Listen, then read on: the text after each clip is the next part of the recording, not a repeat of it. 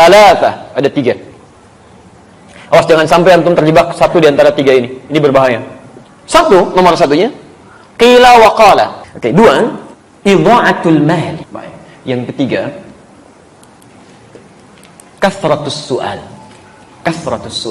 Banyak bertanya, Allah. Banyak bertanya, menanyakan pada sesuatu yang sudah jelas keterangannya. رغم المصاعب والمتاعب والضنائب.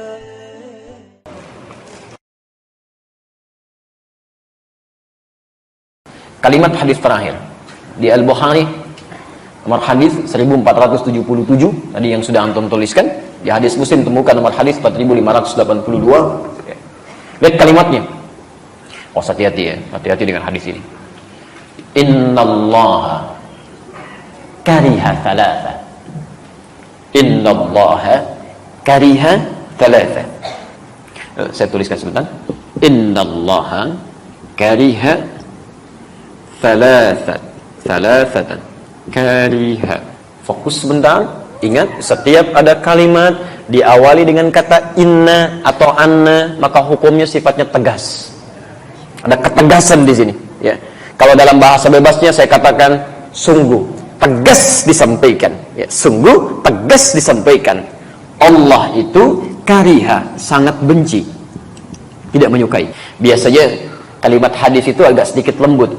Innallaha la yuhibbu, tidak menyukai. Tapi di sini kalimatnya tidak menggunakan tidak menyukai, langsung kalimat paradoksnya, lawan yang negatifnya, kariha. Ya. Antum senang mana dikatakan? Senang mana kedengarannya? Maaf ya untuk yang para ikhwan, antum senang mana menerimanya? Disebut tidak tampan atau disebut jelek? Saya ulang, senang mana? Disebut tidak tampan atau disebut jelek? Masya Allah. Baik, alhamdulillah. Dua-duanya tidak menyenangkan ya. Tapi kalimat pertama kan lebih sopan. Masya Allah, antum tuh makhluk yang luar biasa. Cuman sayang, nggak tampan aja. Gitu. Masya Allah. Yang kedua, antum jelek amat sih. Si amat aja nggak jelek, misalnya ya. Nah, itu kan nggak menyenangkan kalimat kedua ya. Ada nuansa yang tidak nyaman. Di sini, kalau kalimatnya menggunakan kalimat langsung, la yuhibbu, tidak menyukai. Tidak menyukai itu kan katanya benci, tidak suka. Tapi kalimatnya tidak menggunakan kata la yuhibbu, tapi langsung menggunakan lawannya, kariha. Ini menunjukkan bahwa peristiwa yang akan disebutkan ini sangat tidak disukai oleh Allah. Ya. Jelas? Thalatha, ada 3. Awas jangan sampai antum terjebak satu di antara 3 ini. Ini berbahaya. Nomor satunya qila wa qala. Qila wa qala. Ini kalimat ungkapan dalam bahasa Arab. Kalimat ungkapan. Qila wa qala itu kalau sekarang dibuat peribahasa bahasa Indonesia, kabar burung yang tidak jelas. Katanya gitu. Ya. Nyaknya itu nggak tahu kemana. Ya. Ustaz, katanya kemarin nggak datang. Kata siapa? Ya katanya. Nyaknya siapa di situ? Itu nggak disukai. Karena menunjukkan pada sesuatu yang belum jelas. Ini langsung bertentangan dengan ayat Quran sekaligus. Quran surah 17 ayat 36. Ya, lihat kalimatnya. Wala taqfu ma laysa laka bihi 'ilm. Innas sam'a wal basara wal fuada kullu ulaika kana 'anhu mas'ula.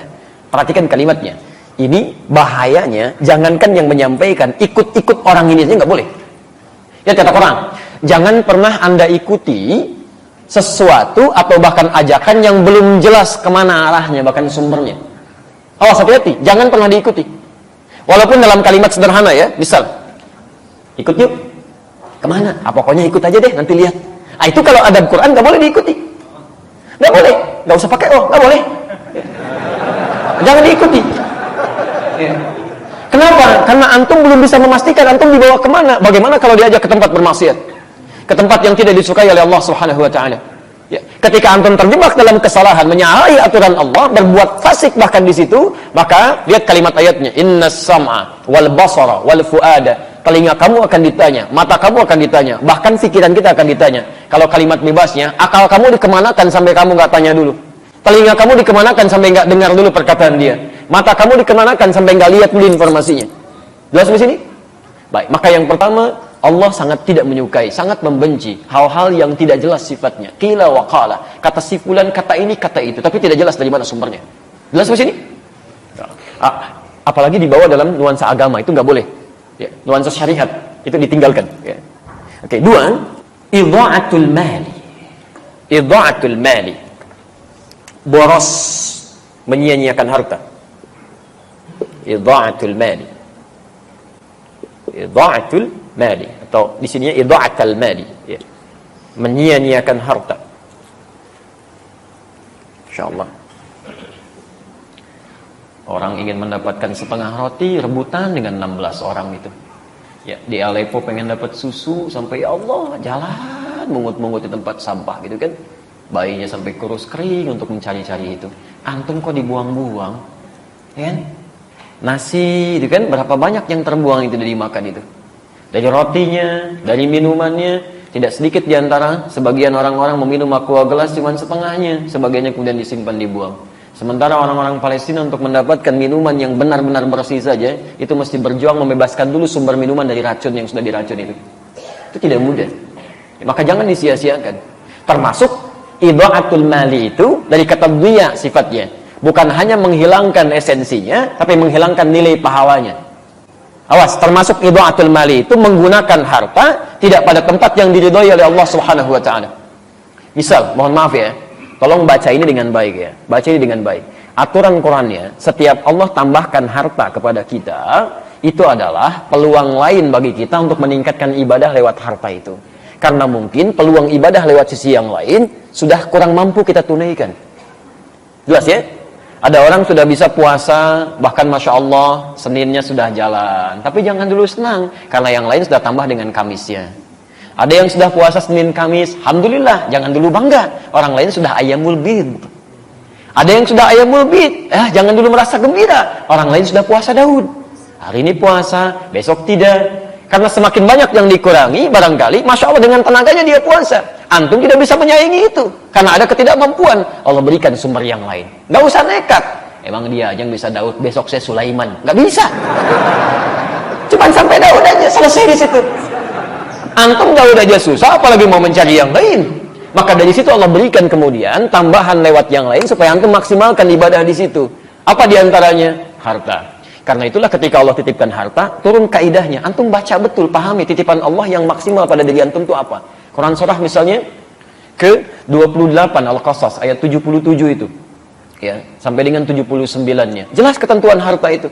Wabtaghi fi ma ataqallahu daral akhirah wa la tansa nasibaka minad dunya. Perhatikan kaidahnya. Setiap kami tambahkan keluasan harta benda, kata Allah gunakan itu untuk mencari peluang terbaik mendapatkan tempat di akhirat.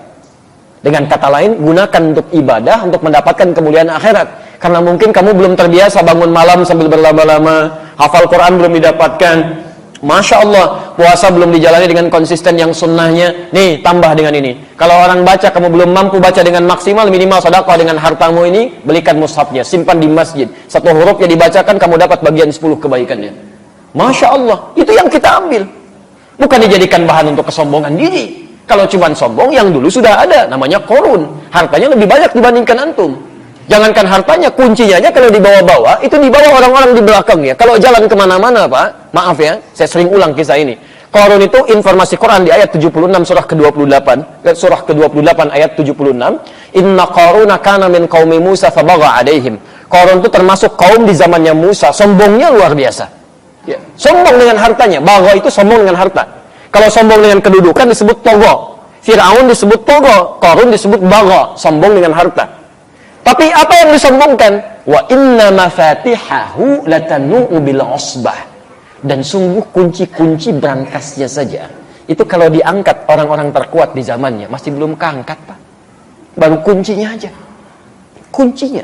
Antum kalau punya kunci berangkas satu aja, antum tampilkan begini, dipublikasikan atau antum sembunyikan? Pasti disembunyikan, nggak ada kisahnya orang punya baru satu berangkas, kuncinya dipoto, ceklik, berangkas saya yang terbaru. Ya, itu cari masalah. Itu baru satu, orang tidak. Nih saya banyak nih, kalau mau ambil aja. Ini aja ngangkatnya nggak kuat. Kemana-mana kunci, kaya, sombong, Pak. Jadi kalau ada orang kaya sekarang sombong, Bu, itu ketinggalan. Dan keterlaluan karena dia tidak sekaya Qarun. Dan Korun hancur juga gitu. Makanya turun ayat tadi. Itu saya tambahkan kata Allah, bukan untuk disia-siakan. Ngapain sombong? Karena nggak akan dibawa pulang. Gunakan untuk peluang beramal. Ada baju baru, pakai dulu untuk beramal. Pakai untuk sholat dulu, kan? Ada alas kaki baru, gunakan untuk ibadah. Sehingga ketika Allah ambil, maaf, kalau Allah titipkan kepada kita sandal, hakikatnya sandal itu punya siapa? Sudah, kita cuma dititipin aja. Mumpung masih dititipkan, gunakan dengan baik sebelum itu diambil lagi. Saya ulangi, sandal punya siapa? Kalau ada hilang, jangan marah. Tugas antum mencari, ikhtiar, bukan marah. Awas, bukan marah. Yang punya siapa? Sudah. Kalau yang punya sudah mau ngambil, tinggal di mana kemudian dia dititipkan. Mungkin gantian. Ya, antum ikhtiar aja cari. Kalau sudah tidak didapatkan, mungkin Allah mengganti, dititipkan kepada yang lain. Nah, tapi hati-hati kalau ngambilnya dengan cara yang tidak salah. Ada sesuatu mungkin yang haram yang akan diambil dari antum. Karena rezeki pencuri itu rezeki yang haram.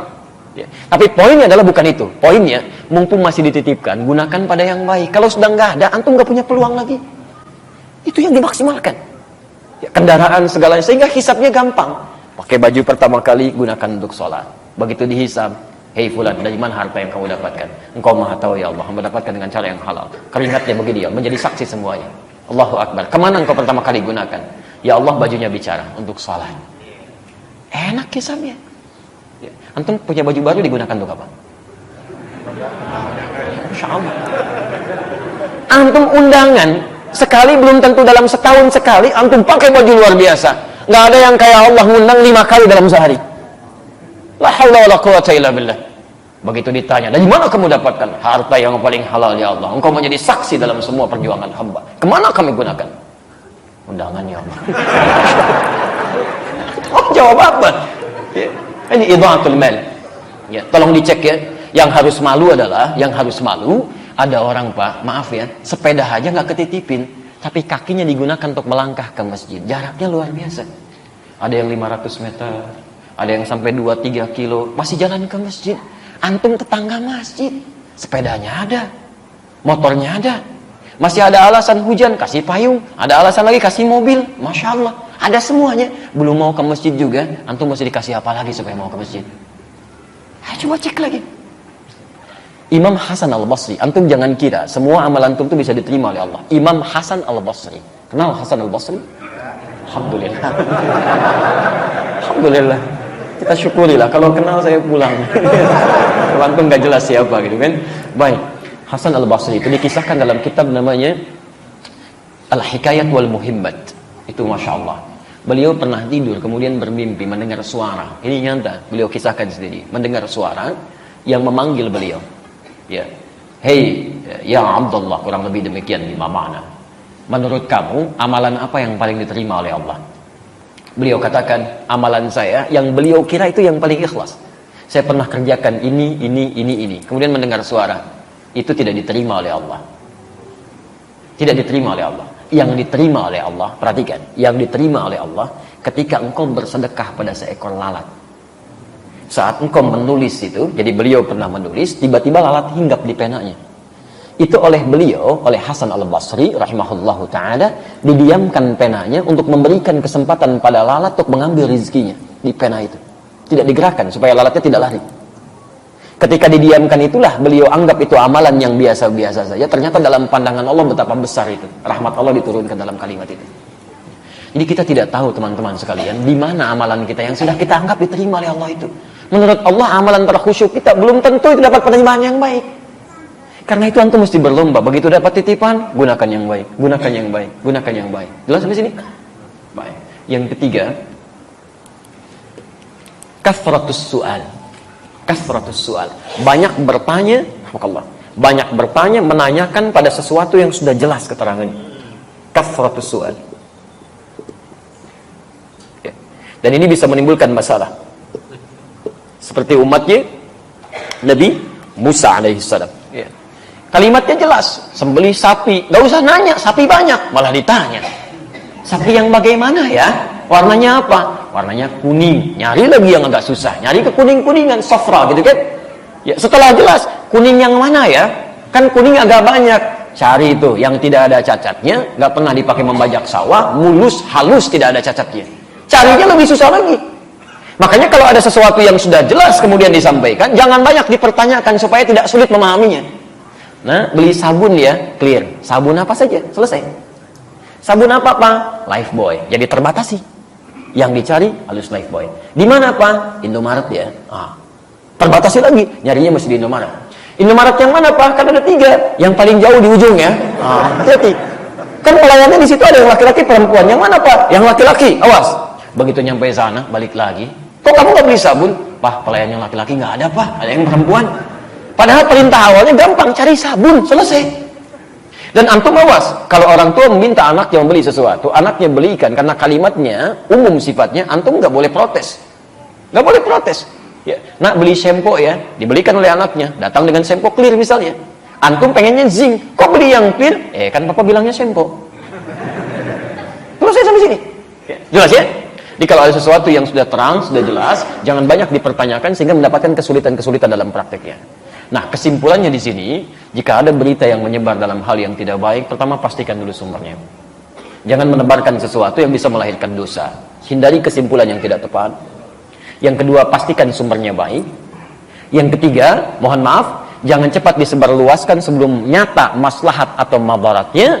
Dan sekalipun Anda telah jelas mengetahui dari mana sumbernya, itu pun tidak harus kemudian Anda sebarkan lagi pada orang lain jikalau tidak ada manfaat yang bisa hadir dalam kehidupan bermasyarakat kita.